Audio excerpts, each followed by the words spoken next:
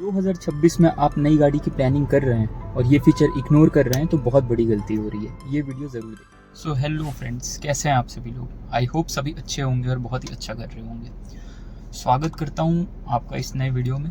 आज एक बहुत इंपॉर्टेंट टॉपिक लेकर आया हूँ मैं कि अगर 2026 में आप न्यू गाड़ी की प्लानिंग कर रहे हैं तो आपको कौन से फीचर्स ऐसे हैं जो कि मस्ट है और कौन से ऐसे फीचर्स हैं जो कि ऑप्शनल है।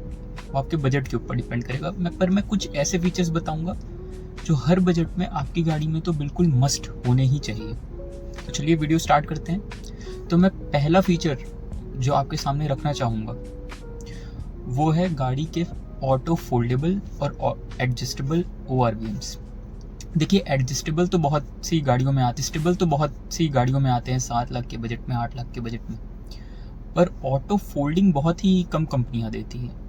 तो उस बात को आप इग्नोर मत कीजिए। इसकी वैल्यू आपको तब पता चलेगी जब आप बम्पर टू बम्पर ट्रैफिक में फंसे होंगे, तब बहुत ही यूज़फुल होता है। आप मैनुअली उसे कांच नीचे करके उसे एडजस्ट नहीं कर सकते, तो आप सिंपली बटन से उसे एडजस्ट कर सकते हैं। तो ये मेरा ऐसा मानना है कि ये एक मस्ट फीचर है। दूसरी फीचर के ऊपर मैं बढ़ना चाहूँगा वो है एंड्रॉयड ऑटो और एप्पल कारप्ले। देखिए, अगर मैं अपनी स्टोरी बताऊं तो इस नेक्सॉन के पहले हम गए थे 3XO देखने। 3XO में जो रेवेक्स एडिशन आता है उसका बेस मॉडल जो कि हमारे बजट में फिट बैठ रहा था, इस गाड़ी से हमें सस्ता पड़ रहा था।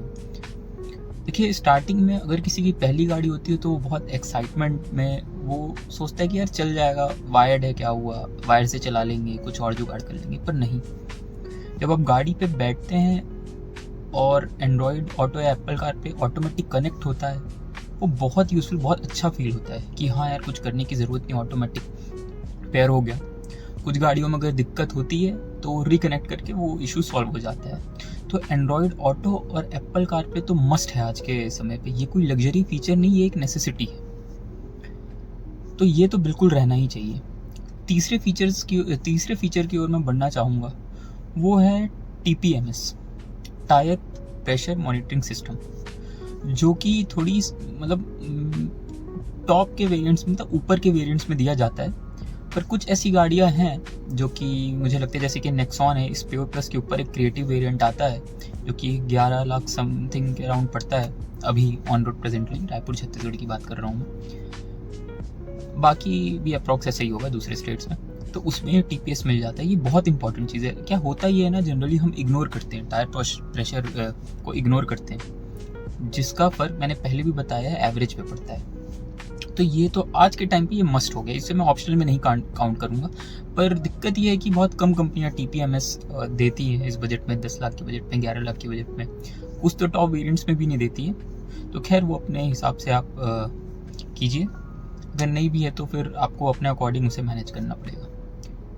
देखिए, चौथा फीचर मैं आपको बताना चाहूँगा रिवर्स कैमरा, वो भी गाइडलाइंस के साथ, ये बहुत इंपॉर्टेंट है। आप कितने भी साल से गाड़ी चला रहे हो, आपको कितना भी एक्सपीरियंस हो, पर आज ट्रैफिक इतना बढ़ चुका है और पार्किंग स्पेस जो होते हैं इतने कंजेस्टेड हो चुके हैं कि आपको कैमरे की नीड होगी। एक अच्छे मतलब कंपनी फिटेड कैमरे की क्वालिटी जो होती है, मुझे नहीं लगता वो आफ्टर मार्केट लग पाता है, पर आफ्टर मार्केट लगता भी है तो उसमें फिर वो गाइडिंग लाइंस नहीं आते। ये तो बिल्कुल होना ही चाहिए, reverse camera with parking guidelines. ठीक है, तो ये क्या है ना, आपके टायर की पोजीशन बताता है कि जिधर भी आप स्टीयरिंग काट रहे होंगे। तो एक और फीचर मैं कहना चाहूँगा, स्टीयरिंग माउंटेड कंट्रोल्स। ये दोस्तों बहुत इंपॉर्टेंट फीचर है। जैसे आपने कुछ गाड़ियों में देखा होगा कि वो इंस्ट्रूमेंट क्लस्टर के पास होता है, आपको वो स्टिक से कंट्रोल करना पड़ता है। ये बहुत ही, मुझे लगता है, डेंजरस हो सकता है।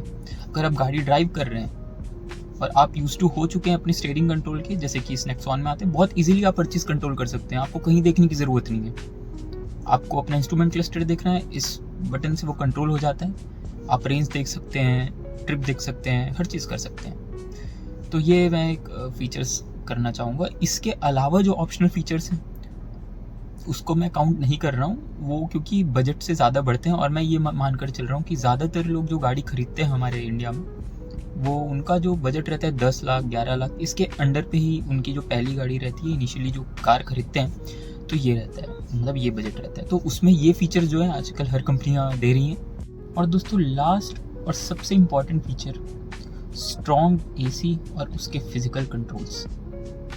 जिस तरीके से हमारा वेदर बदल रहा है, क्लाइमेट चेंज हो रहा है, वैसे ही हम एक ट्रॉपिकल क्लाइमेट में रहते हैं, जैसे आप सभी को पता ही होगा। सिंपल भाषा में कहूँ तो वार्म क्लाइमेट, बहुत गर्मी का सीज़न भी आ गया है। तो ड्राइविंग करते वक्त आपको ये जो टच पैनल्स रहते हैं ना, बहुत इशू करते हैं और इनकी रिलायबिलिटी का भी भरोसा नहीं है। तो एक स्ट्रॉन्ग एसी और उसके फिजिकल कंट्रोल्स तो नेसेसरी हैं ही। तो इसे भी ध्यान में रखिएगा जब आप गाड़ी लेने निकलते हैं। उसे चेक करने के कुछ पैरामीटर्स होते हैं, कमेंट्स आएंगे तो उसके ऊपर भी एक मैं छोटा सा वीडियो या शॉर्ट्स बना दूंगा।